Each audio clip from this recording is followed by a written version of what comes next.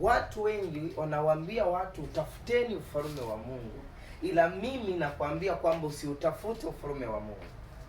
Sasa kwa nini watu wanasema utafute ufalme wa Mungu, alafu mimi nakwambia usiutafute ufalme wa Mungu? Amina. Ikiwa watu wanasema utafuteni, kila mtu anasema utafute ufalme wa Mungu, ila mimi nasema usiutafute ufalme wa Mungu. Ufalme wa Mungu wakati huu hautafutwi. Ufalme wa Mungu umeshaelekezwa unapopatikana. Kwa kazi ni kufichua ufalme wa Mungu, sio kuutafuta ufalme wa Mungu. Na yeyote naye utafuta ufalme wa Mungu hawezi akaupata, kwa sababu ameshaambiwa chukua kile pale, alafu anaanza kukitafuta, maana yake hakili ana. Amen. Ukishaonyeshwa kitu, umeshatajiwa na jina, umeshaambiwa kilipo na kinaonekana kweli kilipo, alafu bado na kitafuta, maana yake wewe tunamuita amnazo. Na inaweza kutokea kwa watu wa Mungu wengi akili amnazo, kwa sababu wanakitafuta walichoambiwa kilipo. Ndio maana mimi nikasema usiutafute ufalme wa Mungu. Ingawa wanakuambia utafute, ila nakwambia usiutafute ufalme wa Mungu, achana nao kuutafuta. Amen. Sasa mwingine anasema mchungaji anipotosha. Ila chokwambia ni kweli, ufalme wa Mungu hautafutwi. Usiutafute, achana nao kuutafuta, ila ufichue, kwa maana umeambiwa ulipo ni kuuchukua huu hapa. Sasa wengi wanashindwa kuuchukua ufalme wa Mungu au kuufichua. Nawezaje kuufichua? Kwa maana imeandikwa, akasema hivi, utafuteni ufalme wangu na haki yangu, alafu mengine mtazidishiwa. Ni andiko limesema utafuteni. Wakamuuliza tutaupata wapi? Akasema ufalme wa Mungu upo ndani yenu. Sasa unaanzaje kuutafuta? Amen. Mmoja ananielewa sijui? Amina. Walimuuliza tutaupata wapi unakopatikana huo ufalme, ili tuende sasa tuupate na sisi tuingie. Akasema unapatikana ndani yenu. Mmoja ananielewa? Siku kwenye grupu nilihubiri kidogo afu nikafunga mjadala tukoendelea. Sasa kwa kama upo ndani yangu huo ufalme, kazi sio kuutafuta, bali kazi ni kuufichua, ili mwambie huu hapa, alafu hayo mengine nizidishiwe. Asa wengi wanaendelea kuutafuta wakati ameshakuelekeza mpaka mahali unapopatikana. Sasa unakitafuta kitu ambacho umeambiwa kilipo, na kitafuta ili wapi? Tunatafuta kitu ambacho hatukijui kiliko, ila tulichoelekezwa. Yani aliyekwambia tafuta kitu fulani amekwambia mpaka kilipo, manake ni kwenda kukifichua kije hadharani, bali sio kwenda kukitafuta tena. Unapoendelea kukitafuta, manake unapoteza muda, ila ukiwa na imani ni kukifichua. Nilichoambiwa ni hiki na kweli ni hiki, sasa nakitoa hadharani, kila mtu akipata akiona. Wengi tumeshindwa kufichua ufalme wa Mungu ili uje. Napozungumzia ufalme, ufalme ni katiba. Ufalme ni katiba, ni sheria zilizowekwa ndani ya hiyo ufalme kwamba mtaziishi. Ndio maana kila mfalme ana katiba zake, au niseme hivi, kila rais ana katiba zake. Ufalme wa Tanzania una katiba yake, ufalme wa Kenya una katiba yake, ufalme wa giza una katiba yake, na ufalme wa nuru una katiba yake. Sasa kama ufalme ni katiba, alafu asema utafuteni. Kwa sasa hivi mimi sikuambii utafute, bali nakuambia ufichue au ziishi sheria za katiba ya ufalme wa nuru, ili mengine uzidishiwe. Okay? Ndani ya katiba hiyo, cha kwanza kimeandikwa ni nini? Ni upendo. Ili uonekane umeenda sawa na kanuni za nchi, na usiwe na kosa kwenye nchi, uwe ni raia huru, raia mwema, raia ambaye anastahili kupewa stahiki zake zote kwa sababu ya matendo yake mema, lazima uziishi katiba za nchi ya Tanzania kwa usahihi kama zinavyoenenda. Sasa ukienda katika katiba ya Mungu pale, cha kwanza asema hakuna amri kuu kuliko impende jirani yako kama nafsi. Amri kuu ni upendo. Maana katika katiba amri ya kwanza au kanuni ya kwanza ni upendo. Hiyo ni kanuni ya kwanza ya ufalme wa Mungu unapoanza kufichua.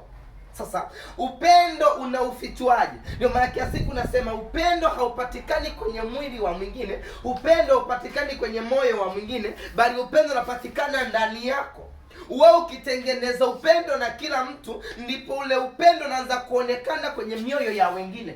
Ule upendo usipoutengeneza wewe, hauwezi ukaonekana. Kwa nini? Kwa sababu wewe ndio ufalme, itabidi ufichue upendo.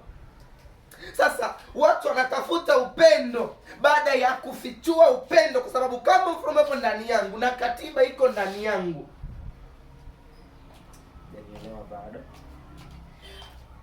Ukija hapa ukachukua hiki kitu changu, sijakubuguzi, sijakupigia kelele, sijakutukana, sijakuitia mwizi, ukaja kesho mimi nimedeki hapo ukachafua, kwa sababu nina upendo na ufichua, sitakubuguzi, nitachukua maji hata kwa tabu, nitadeki tena.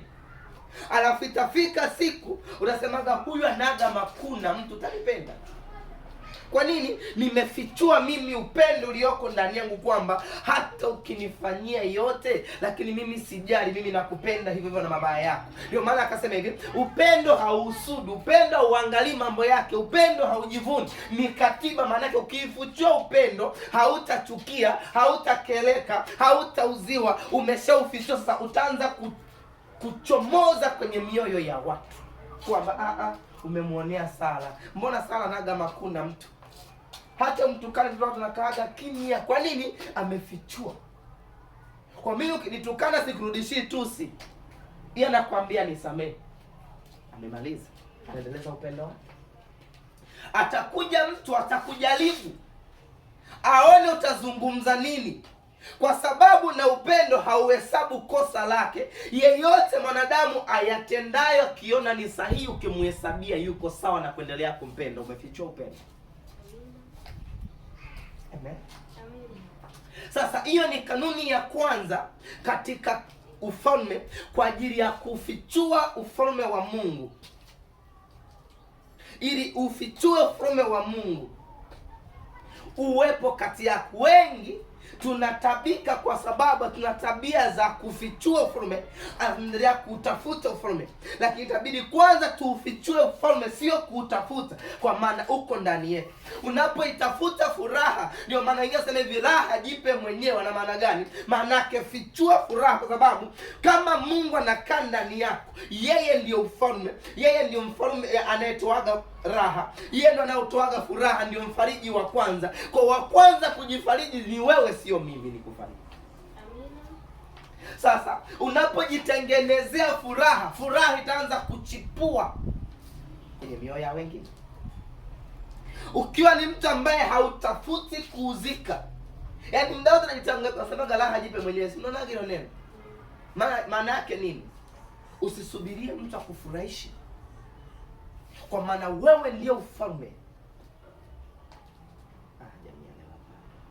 Kama Mungu ndiye anayegawa furaha, kama Mungu ndiye mfariji, manake usitafute faraja, bali ibua faraja kutoka ndani, kwa namna ya kujifariji, kuendelea mbele bila kunung'unika au kuhuzunika au kuona wengine wanakukosea, ama hiyo hachana nayo. Hapo unafichua faraja ije.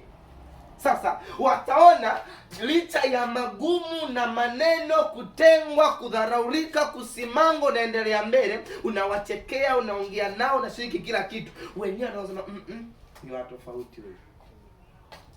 Hapo ndo kuficha. Sasa Mungu anaanza kukuzidishia. Hauwezi ukazidishiwa kama hujauona ufalme, hujauchukua. Hiyo furaha atakuzidishia kwa sababu umeifichua. Upendo utazidishwa kwa sababu umeufichua.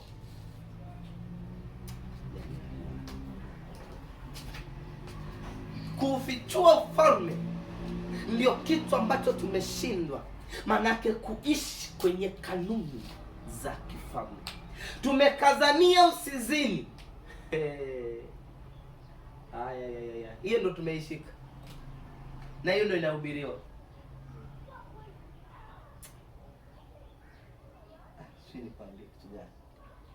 Natamani nikueleze tu habari za ufalme, kama vingine naweza kavifichua siku nyingine nivifichue.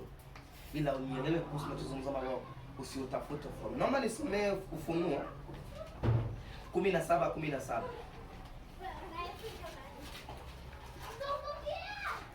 Mungu ametia mioyoni mwao shauri lake. Unasema ufalme unakaa wapi? Mungu ameshatia mioyoni mwa watu shauri lake. Kwa kumbe shauri kama Mungu ameliweka ndani yako, nasema hivi, ufalme wa Mungu unakaa ndani yenu, na mimi Yesu nitakaa ndani yenu, mkinipenda nitakaa ndani yenu. Maana ndani yako kuna jibu la Yesu la kila jambo nalolihitaji, wala sio kwingine. Maana shauri, majibu yote, kila kitu. Nasema hivi, abarikiwe Mungu ambaye ashukuriwe, ambaye ametubariki baraka zote za rohoni. Kuketi Yesu ndani, kila jawabu lipo ndani. Lakini hilo jawabu itapatikanaje? Lazima uelewe kwamba sio kumtafuta Yesu, bali kumjua kwamba yupo ndani. Sasa naishiji kwenye kanuni zake ili anizidishie.